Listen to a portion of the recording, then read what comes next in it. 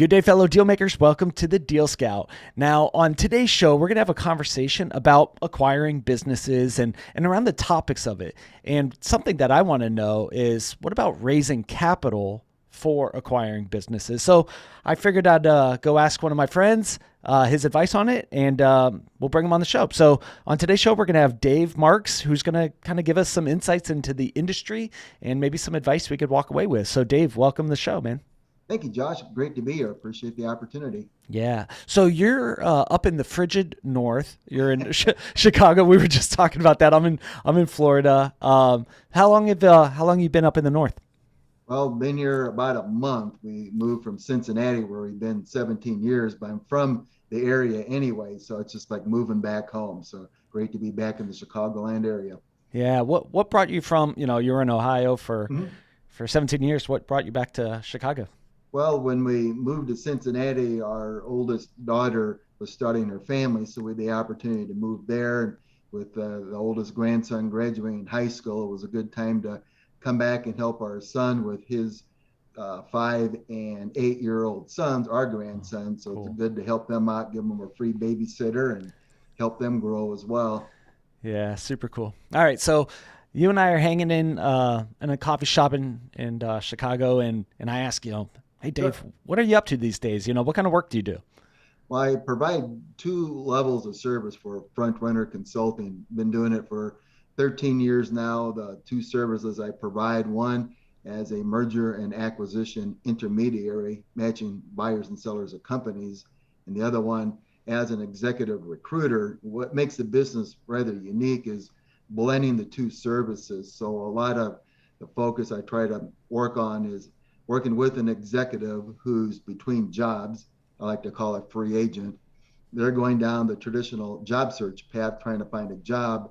My business model is to make them aware of maybe they might find a company for sale they dealt with in the past, didn't think about doing it for themselves. The opportunity is still valid, but they don't have the millions to buy the business themselves. I'll match that up with my network of contacts. And Josh, you may not believe this, but it's a database of 24,000 contacts today, comprising over 1,200 different industries. So I get very granular in terms of what industries has this executive led, or what companies do these buyers like. And the buyer network could be a strategic buyer, could be private equity, could be a family office, people that are trying to find that proprietary exclusive deal, not brokered by, say, an investment banker or sell side advisor. Mm-hmm. Got it. Um, so what makes you different than a regular broker who's helping buy and sell businesses? Like, what have you found your sweet spot to be, your niche, or your Sure. focus? Well, when I started the business 13 years ago, it was solely as an executive recruiter. And literally 3 months into it, I got to know an operating partner from a pretty large entity. And he was like, "Good grief, Dave, the contacts you have, you'd be a good deal flow resource to our industry." And having been an investment banker, Series 7 and 63 license much earlier in my career, I didn't have the desire or bandwidth to cold call companies to say, "Hey, Josh, looking to sell your company." I mean, that's so difficult. It's a needle in the haystack, but that's what investment banking a lot of times is. So I said, well, gee, let's leverage these executives who are seeing these opportunities firsthand, whether it's something they've looked at currently or something in the future. And that's been kind of the linchpin of finding these opportunities is again going back to that database. And I like to tell a story about an executive that was the chief manufacturing officer of Motorola, somebody who was doing like 300,000 miles of air travel a year and saw deals all the time. And he had recently left and was looking for a business to read. And I said, well, have you thought about some of these deals that you looked at in the past that were not a fit for Motorola, but could be a fit for you? And literally 20 or 30 seconds passed with not hearing anything. I thought maybe we dropped our call or whatever. And I said, "Are you there?" And he says, "Oh, I'm sorry, Dave. I'm trying to lift my jaw off the table. I never thought about doing that for myself." And see, that's the that's the key, is to think about these opportunities that maybe they looked at that were not a fit for their employer, but could be a good fit for them. So hopefully Yeah. that makes sense. Yeah. So, a lot of times, as a deal maker, I'm always looking externally like, hey, I'll help this group do this. And I'm always brokering deals. And then sometimes I look down, I'm like, oh man, maybe I could do it for myself. Right. Sure. Yep. Uh, so, so you started in executive recruiting. And Mhm. then at some point, people were like, wow, you've got a big database. You're a pretty good deal maker. Maybe you should do some M&A work or at least do some deal flow for that.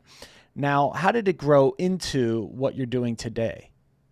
Well, that's been kind of an ongoing process of adding any type of buyers that I see that could be a good fit, whether it's today or in the future. So literally, when I started off, I could be adding a dozen to maybe 100 different buyers to the database. And then through the recruiting, I was reaching out to these executives and planting that seed and making them realize it's not just going through LinkedIn or ladders or any of the job search boards, but thinking about a business that might be for sale. And I would send out a quarterly email distribution at today's over 18,000 contacts and making them aware of what I do. And even if you just got 5 responses, if one of those opportunities resonated in a transaction, that's perfect. So again, it's that patience and persistence and personality that keeps you in front of these people. And a classic example, just 2 weeks ago, a CFO of business had reached out to me, and he literally was a very early contact 12 years ago. He Wow. said, "Hey, Dave, I get your emails. I appreciate what's going on.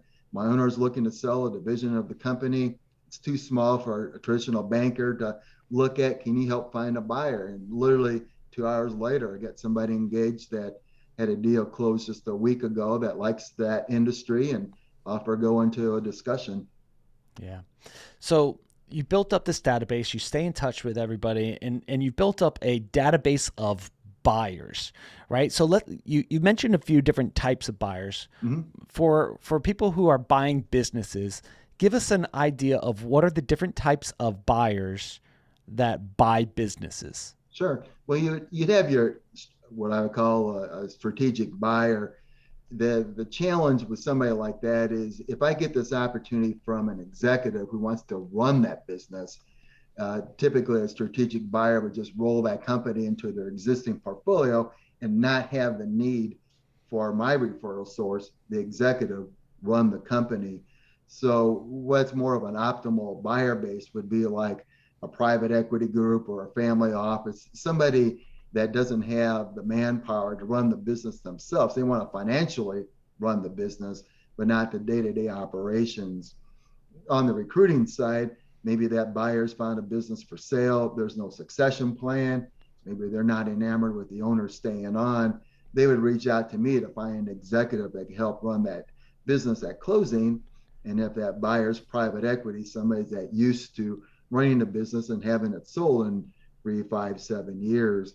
But the buyers for me that's the best is somebody that wants to engage that executive to run it at closing. But I have a kind of a unique program that if at closing that referral source is not hired to run the business, then what I do is share my finder's fee with that executive, or they're not being compensated in the opportunity.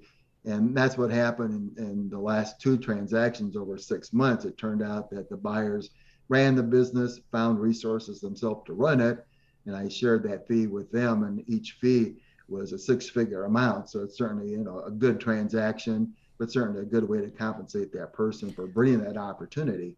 Yeah, yeah. There's with these kind of deals, they're big deals, and Mm-hmm. seeing these kind of opportunities come across the plate, like it incentivizes people to share and to open up networks. Now, I've worked with some groups where I start talking about, like, hey, we could do a deal together. And I worked with one group, and they were very well. I didn't work with one group. They were very like close to the chest, and they wouldn't they weren't open to like sharing fees and referral fees and such like that. Like, do you get that in the industry, experience that you have versus someone who is openly wants to do deals together? Yeah, I would say out of the universe of contacts I have, it's a small amount that don't pay a finder's fee to somebody like myself because I always want to get paid by the buyer. And the reason why is if I'm representing the seller, and I say it sarcastically, if they're cooking the books or something is not you know, prudent in the financials, I don't want to be liable for that. And any type of buyer that I'm going to work with is going to have their own resources to do their own due diligence. And in the type of work that I do on the M&A as an intermediary, the SEC has said if you don't provide due diligence, if you don't provide advisory service, if I don't put my arm around you and say, Josh, you need to do this, we don't need to be licensed. So that prevents me from going through the investment banking aspect. So that's why I always want to get paid by the buyer. But out of that universe, probably not even 5% will say we don't pay a fee because we see enough deals from bankers, and that's fine. You know, there's enough entities that are more than happy to reach out to me, and I get contacted daily by buyers trying to find that exclusive proprietary opportunity Yeah. that's not being represented by a banker or a sell side advisor. But even if it is, if it's somebody that I'm working with the banker and sharing my buyer list, and they recognize I have a database that's pretty robust and odds are pretty high. I have buyers that are not in their network, and I've had that happen numerous times where I introduce people that get engaged in the opportunity. So for the most part, more than enough entities are more than happy to pay that finder's fee, and it's contingent, so there's no risk to them. The deal doesn't close. There's no risk or no financial aspects, but it's a good way for us to know each other and build upon that relationship and hopefully work another opportunity together. Yeah. When you're looking for, for one of your buyers, you Mm-hmm. mentioned, private equity, family office, a strategic buyer, right? And then you have your component of recruiting, right? Where Right. it's you're working with someone who's going to become the owner operator. They're going to step in and, you know, run the business. And that's like Right. the perfect kind of deal for you is Sure. the person and the business, two deals in one. And that's something that I don't see other brokers doing or other M&A people doing. So it's really quite awesome, right? Is helping not only to buy the business but find the person to run the business. Did I miss something out there? No, no, you Okay. get it right, hit the nail right on the head. I use the analogy where I'm trying to place an executive with a company or a company with a buyer. The reason why I named my business Front Runner Consulting was trying to find that front runner candidate or that front runner deal Mm-hmm. to get to closure, whether it's hiring that person or closing the opportunity. Yeah.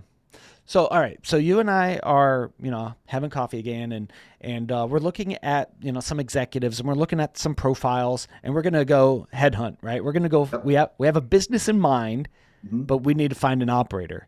Right. What should we look for, when we're looking for a good candidate? Well, there's three things that I hone in on and say the example that my buyer's private equity. One is relevant P&L experience. Two is the industry alignment. And three is have they worked for a PE-backed company. So I'll use the example for a lot of buyers that I work with. Maybe that target company's 25, 50 million in revenue. So I look at what industry is it? And with a database of 1,200 different industries, I get very specific. Manufacturing can cover so many different industries. So I want to know what do they do? And then with the relevant P&L experience, if I have an executive that's run, say, a $500 million business or $2 billion business, that's not usually a recipe for success because when you're dealing with a multi-billion-dollar company, Right. their petty cash fund's probably bigger than the revenue of the target company. So trying to find somebody that's maybe run a 50 or $75 million business that's used to scaling the business, that is ideal. And then obviously, if they work for a PE-backed company, because if they work their career in General Electric or Procter and Gamble, a publicly traded company, it's a different mindset where you've got decades runway versus somebody that successfully sold a business in that 2, 3, 5 year time frame and been rewarded at the back end with an equity component. And that's always attractive to the executives is, the salary aspects and bonuses is one thing, but if they can make instrumentally more on the equity side, that's attractive for all parties. So when it comes to an executive who's looking at maybe corporate America and there's stock, bonus options, there's Mm-hmm. stock options, there's cool things, but maybe for a private equity backed company, uh, they might get equity options. It's a private business. They might have a better uh, ownership route with that, right? Absolutely. Okay. Right. And that's the attractiveness of working with somebody that's maybe got 20 years in with a business but wants to be able to take their career to the next level. And one of the things that's always enticing is when you talk about life altering aspect where you get a company sold and can provide like multi-generational income for your family. That's obviously going to be pretty attractive than working for maybe a publicly traded company where you got stock options and grants that can pay more. But if that's say $500,000, but if you're got a company sold for a private equity firm and you're walking away with 2 or 3 million, that's obviously much more attractive. Yeah, totally. How did you get into these deals with these private equity groups? Like, how do you start those conversations? How do you get engaged with them, and then how do you go find the deals? Sure.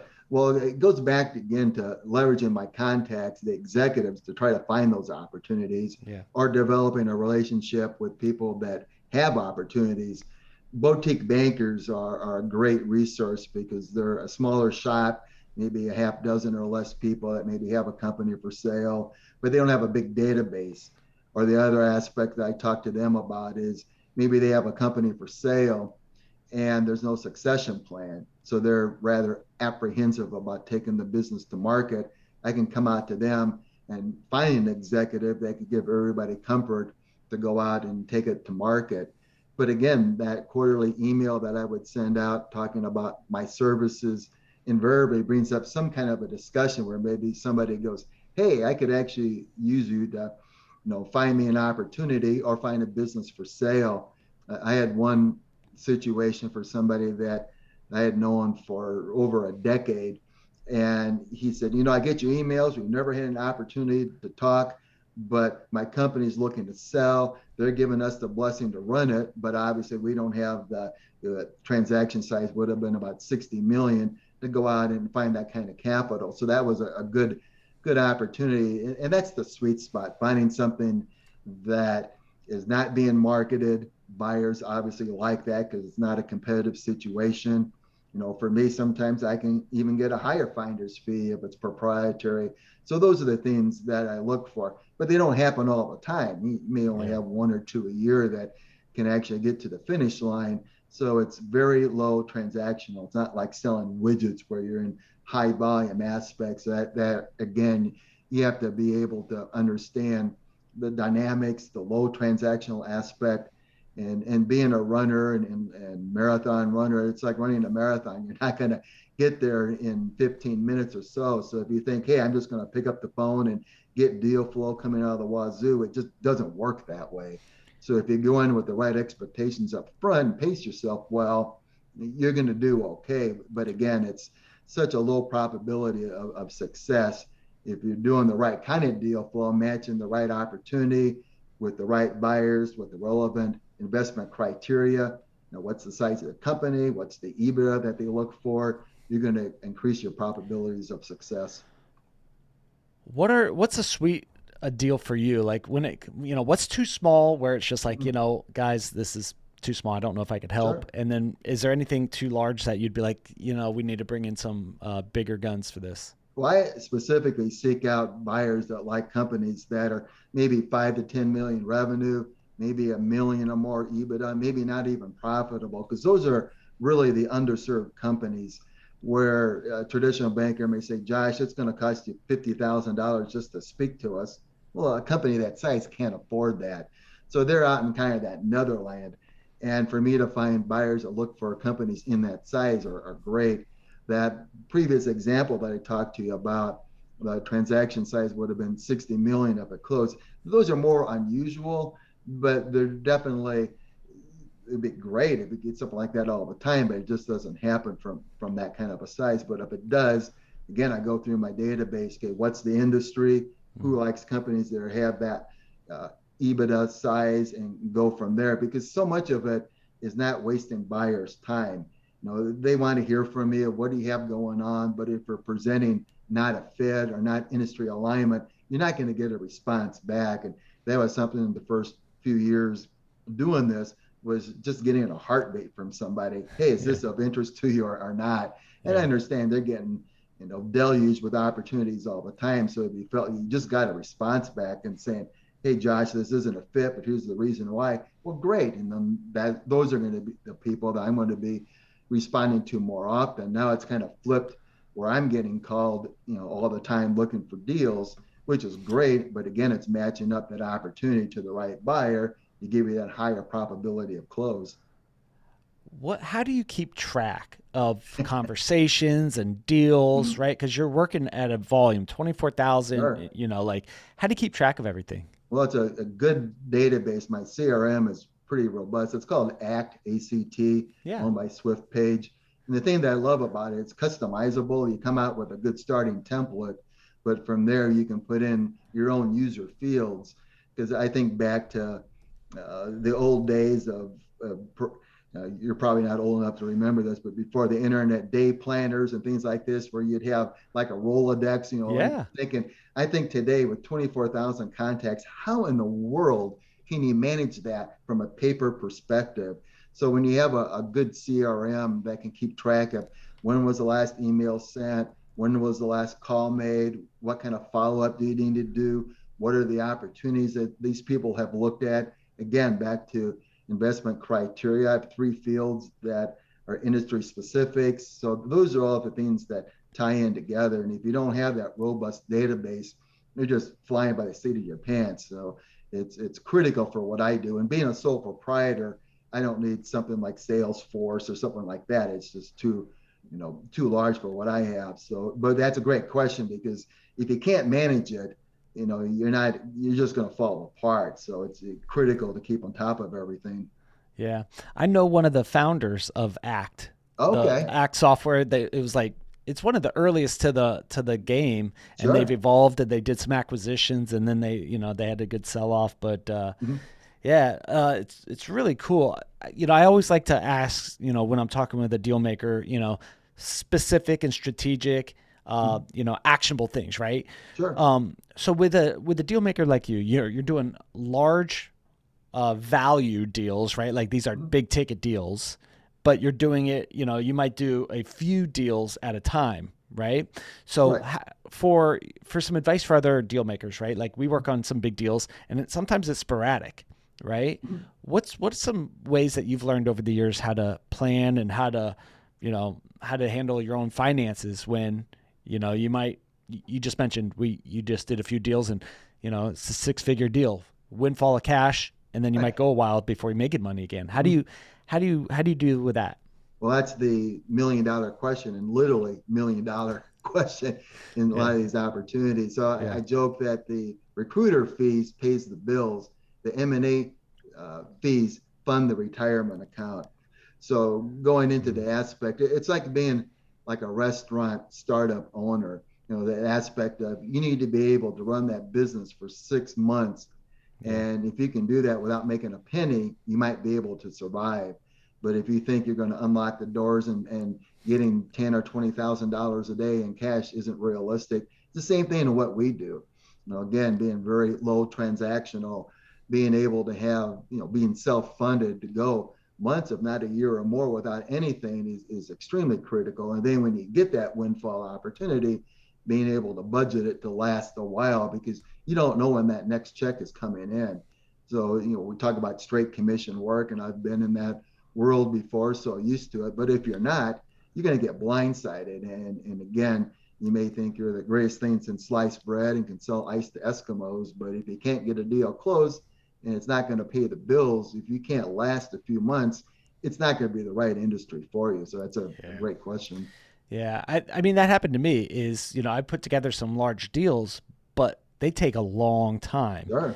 And at the time, we didn't have other sources of revenue. Mm-hmm. So you could go broke chasing big deals and big whales. Right. And you might not be able to sit long enough to actually see them, you know, fulfilled, right? Sure.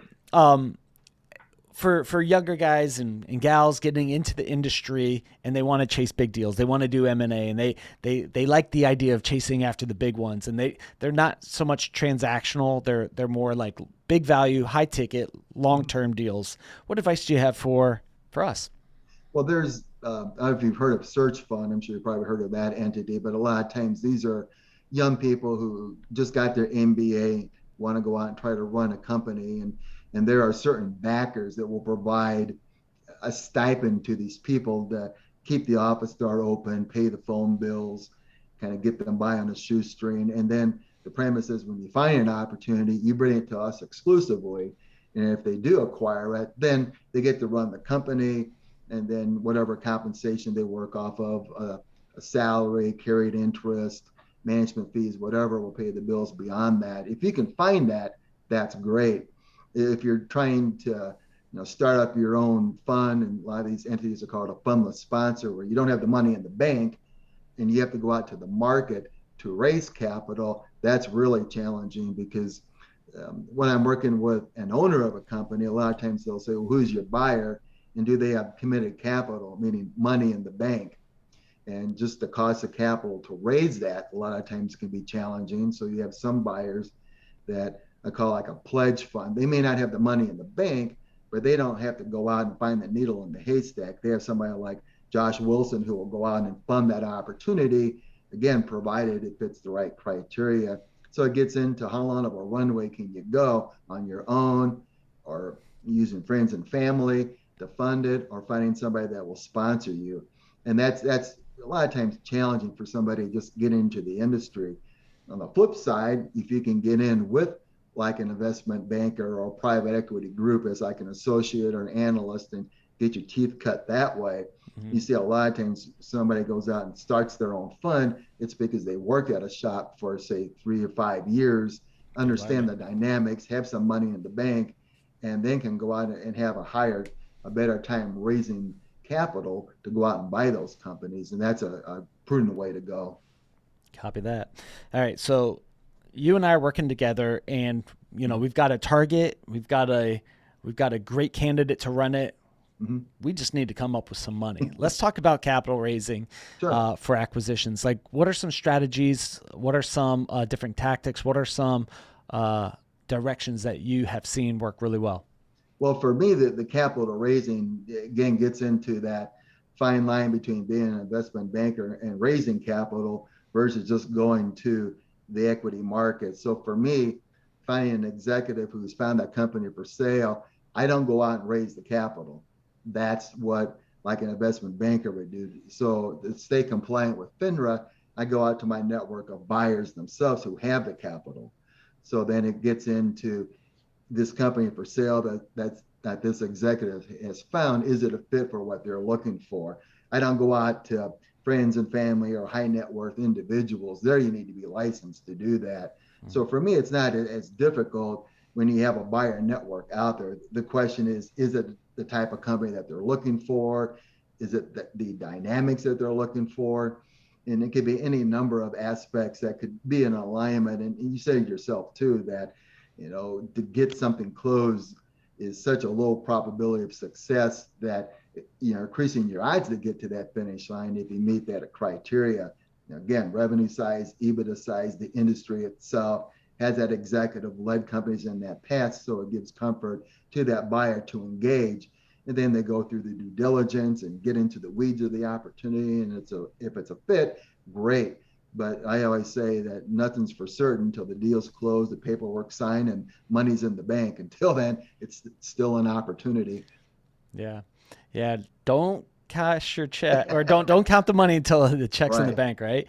Yep. Now I'm looking. This is kind of side topic, but I'm looking at your LinkedIn, and you're a photographer. Barack Obama, Michael Jordan, Chicago Bulls, Andre the Giant. Kind of talk to us. What in the world? How did that happen? And how's that fit in with M&A? Well, it doesn't fit into it, but it just makes a great conversation piece.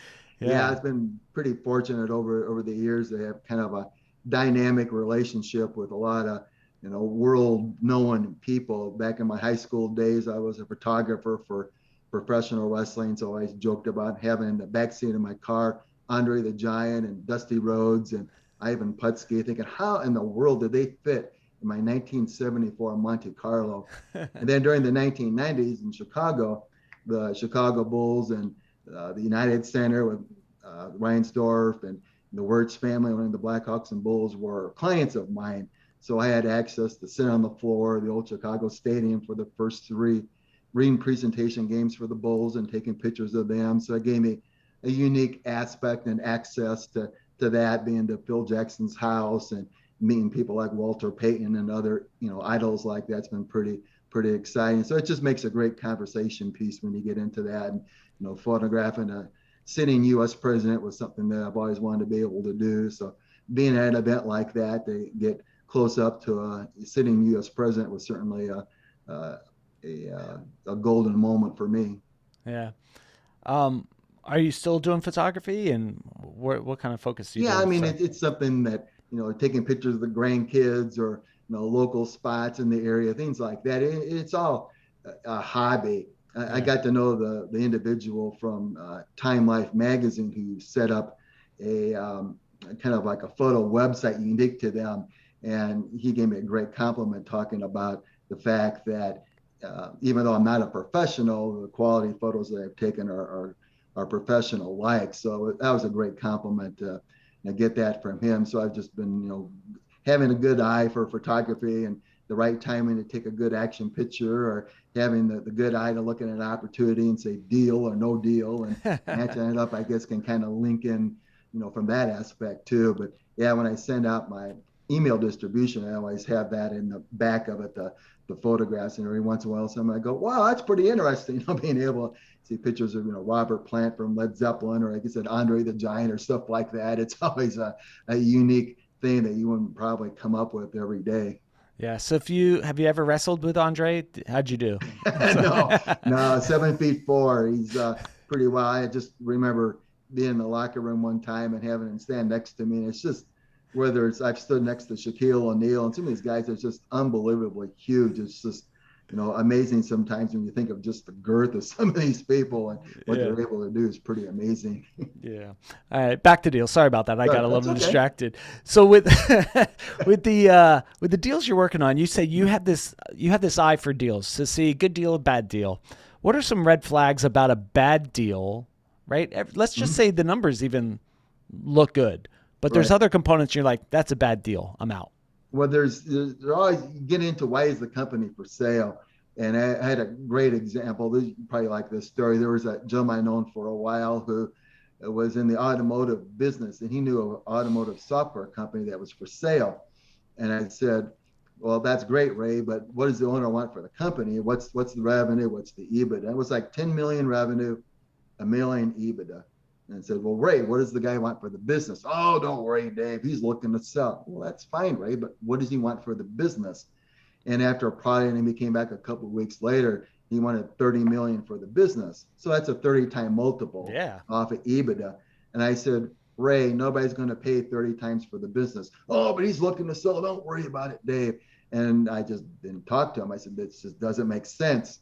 Well, about 3 months out of the blue, he calls back and says, "Dave, that was a great reason not to pursue it. That just would have been a wasted time for all of us." So a lot of it gets into, why is the business for sale? Yeah. If the owner says, "Hey, Josh, for the right reason, I'll talk to anybody," well, that's not a motivated seller. Right. If the person's at retirement age, no succession plan, nobody in the family wants to run the business, or whatever it may be, well, that's a good reason to engage in the opportunity. But it also gets into, what does the owner want for the business? And again, if it's unrealistic, we're just going to be wasting everybody's time. So if I can identify that up front, that's huge. Yeah. So you talk about motives. Mhm. What are some good motives where when you take a look at someone selling a business, you're like, okay, that makes sense, and you could work through. So what are some green lights where you, as a buyer, you're going, hey, we have ourselves a motivated seller. Well, this classic one that came last week, where the founder of the business had been running the company for 40 years, and he's Yeah. in his mid 60s now. And he's just at that time now. He just wants to move on. So right off the bat, that's a good example. And then dealing with the CFO, who's my referral source, I said, "Is there anybody in the company today that can run it?" He said, "Well, the nephew wanted to run it, but after a discussion, they began to realize he just wasn't suitable to run it." So that was helpful to know that there's nobody in the business, whether in the family or the number two or number three person, just wasn't qualified to run the business. So that's a great example to say, okay, well, let's go ahead and move into that opportunity. Mm-hmm. The challenge I have is not only trying to find a buyer, but find a successor to run the company. But that's the double play that I look for. Being able to find a buyer and hopefully get that close, but find an executive to run the company. So I mean, that's the classic example of matching up the two services that I provide. Yeah. How Yeah. many how many executives do you think you place in a year? Or like Well, what's typical? this is all serendipity driven, whether somebody comes to me and says, "Hey, I found a business for sale. Can you help find a buyer?" Or somebody says, "I need somebody to help run a company." I could have four placements in a year and I may have none in a year. So again, as a sole proprietor, it doesn't take a lot to be able to, pay the bills. It's just a question of trying to find, that opportunity. And again, whether it's recruiting or the M&A, I don't care what that opportunity is, but whatever it is, once that lands, that's where my focus is. And the thing that um, I just had an operating partner that is going to be, he's already in place now. So that'll be something I can build on in a couple of weeks. But those are the things I reach out to for like a private equity client is they have businesses in the portfolio. Do you have a change of management? Is there an opportunity that I can come forth with to help find an executive? Do you need an outside board member? What's been unique even before COVID was a number of buyers that came to me looking for subject matter experts. I need somebody to level set this opportunity. And there's a situation that's great because they may look at the deal and say, "Josh, I wouldn't touch this. And here's the reason why." Well, that's invaluable. That's great. That's what a buyer's looking for. In a case like that, the buyer gets to know my executive gets to know the buyer. And even if there's no transaction, something could help later. But those are the things I try to engage with. So again, following up with the database every 3 months, every Hmm. 6 months. Hey, is there something that Josh could help out with? You remember he helped you with XYZ company? And they go, "Oh, that's right. Yeah, let me find out something." Because I may not be top of mind to 99% of my contacts, but if I reach out to them on a regular basis, then they may go, "Oh, that's right." And now it uncovers something that maybe is on their table, but I wouldn't have any way of know it. But had I not reached out to them, we wouldn't be engaged. So that's why it's always critical when you're talking about somebody getting into the business. You got to stay on top of the situation. You don't want to be reaching out to them every 2 or 3 weeks, but maybe every 2 months, every 3 months is a good way to stay in contact. Because that's something I always like about when buyers reach out to me. If they reach out every week, that's way too much. But if it's every 2 or 3 months, it's good timing because again, they don't know what's on my table as well. So a lot of it's just timing, and timing is pretty important. But you can create that timing by staying on top of your contacts. Yeah, absolutely. So, in your years of doing this, tell me about one of your favorite deals that you ever did and maybe a deal gone wild. Well, one that gone wild, I guess, would be this executive that I known for like 12 years. We worked on something literally the first year that I started my business and appreciated the contacts that I've been doing. And this was in the payment processing space. Hmm. And the ownership wanted to move on, but they liked him and the president to run the company. 60, the transaction size would have been about 60 million. But he says right off the bat, "I have to warn you, Dave, we have some unique customers that may not be attractive to your buyer base in private equity." And I'm thinking, "Oh, this will be interesting." So about 20% of their revenue is, we'll say, adult themed entertainment. Copy that. So during COVID, their sales had went up a lot because people were at home and looking for that kind of entertainment. But usually, general partners and private equity don't like that in the portfolio. So through that process, I found more of I would say, a holding company that knew an executive in the payment processing space, and in the realm of small world, they knew each other, the president and the buyer's kind of like operating partner. So things were going well, conversations were good, financials looked great. And from the start of that discussion, the valuation went from say 60 million to about 80 million. The company in 3 months grew so much they needed to recalibrate. Yeah. And I said to the buyer, "Okay," their initial offer was 63 million, which at the time wasn't too bad, but they needed to up that amount. so I coached them on where they needed to be. This was not their first rodeo. I should not have had to coach them on this, but the Yeah. valuation was, I think, 7 times EBITDA. So if they did the math, it would have been around 83 million. Well, they came back with basically the same offer of 63 million, Uh, which was so insulting. And for a fee like that, that would have been a 7-figure fee yeah. because, for how that worked out. And those are, for me, career changing. I mean, that's just something that doesn't happen that often. So that was extremely disappointing. So when that fell through, the company got disappointed, obviously, put it on the back burner.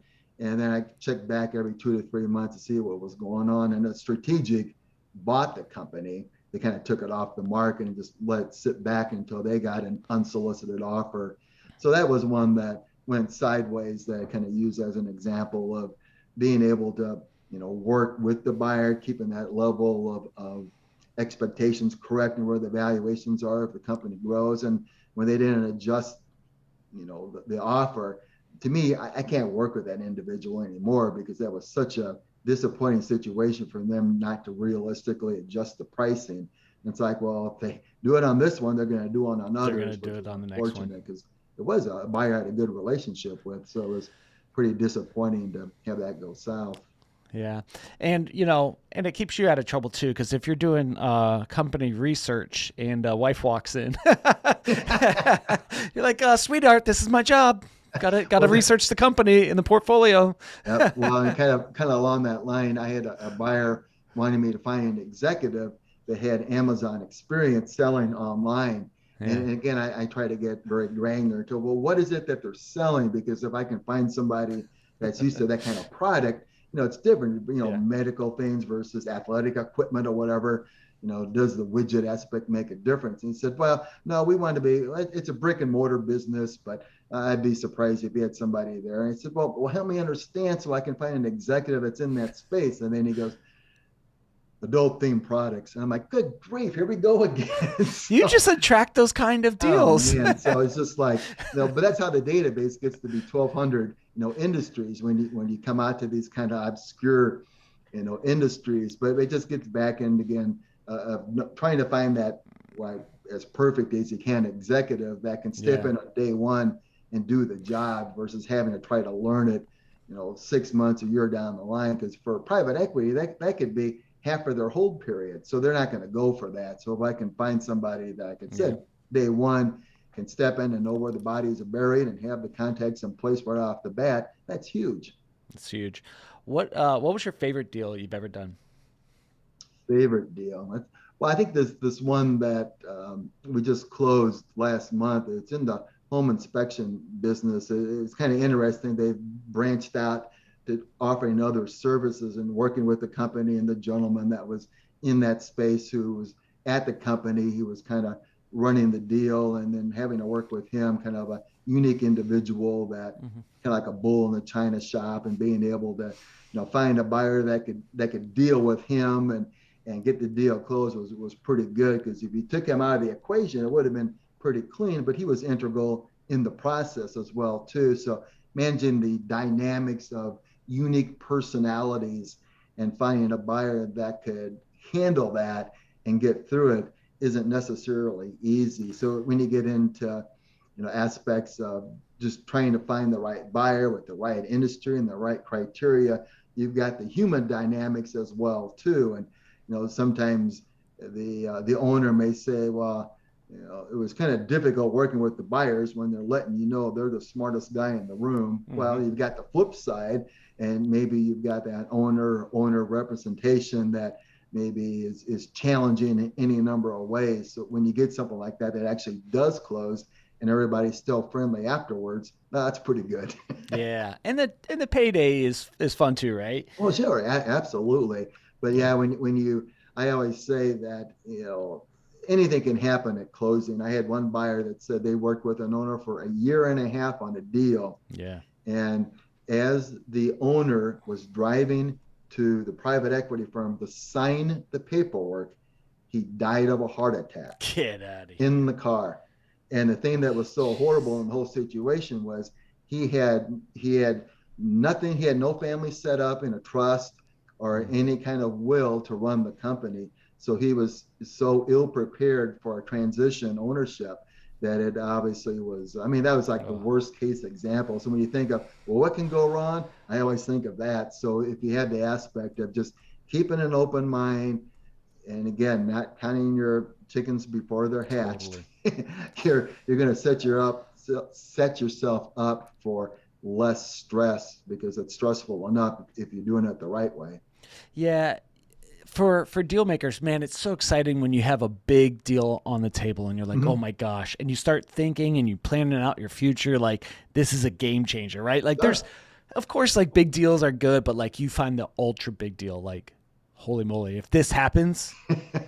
But then you have to get grounded. You have to go back to keep your foot on the gas, keep your foot Sure. keep the other deals Mm-hmm. coming in Yep. because it's easily get distracted, especially if your name is Josh Wilson. Um, Well, let's you can say see. it's keeping your funnel full, and that's Yeah, you kind of, if you remember the movie Pretty Woman, that was just we just watched that the other day, and the Jason Alexander character is working for Richard Gere in yeah, the M&A world, and this big deal they were working on for a year never closed, and Jason Alexander's character was so devastated. We worked on this, for a year. This is a multi-billion-dollar deal, but if the transaction's not right, it's not going to happen. So if you have the wrong perspective of where this should go, you're just setting yourself up for failure. yeah. That's a great movie. It It's a is. really great, especially if you want to learn about M&A, right?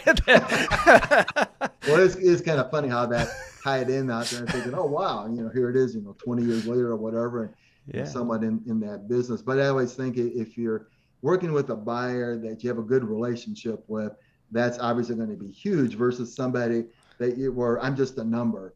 And if it takes me 3 weeks to get a response back, just on where are you at in the deal, it's usually not a good sign. It's like pulling teeth. Are you still interested? Is it still moving? Where are we at versus buyer reaching out to me, giving updates.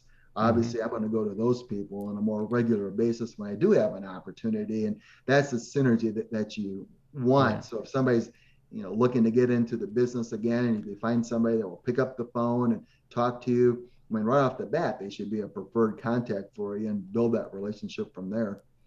Yeah. Now I'm looking at your website for fellow deal makers, especially if they're looking to buy business, if they're Mm-hmm. looking to maybe even sell a business, or if they're looking for recruiting help for a owner operator kind of role.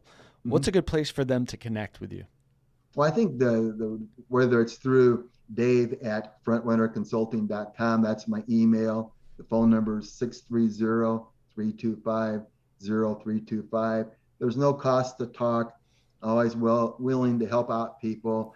I always think it's, that's how the database grows is when I can come out, talk to somebody, whether it's, getting a resume from somebody that's in a leadership position. Maybe they're not looking today, but something changes tomorrow. If it's somebody out in the buyer network that wants to expand their deal flow contact, great. If it's a business owner that's listening to this and they're saying, hey, gosh, if I can sell my company and not have to pay a fee by engaging a sell side advisor, if Dave's going to get paid on the buy side, that can save them tens, hundreds of thousands, maybe $1 million or more. Let's talk. It's no cost to talk. There you go. So we'll put your contact information in the show notes below, so our fellow deal makers in the audience they could reach out and connect with you.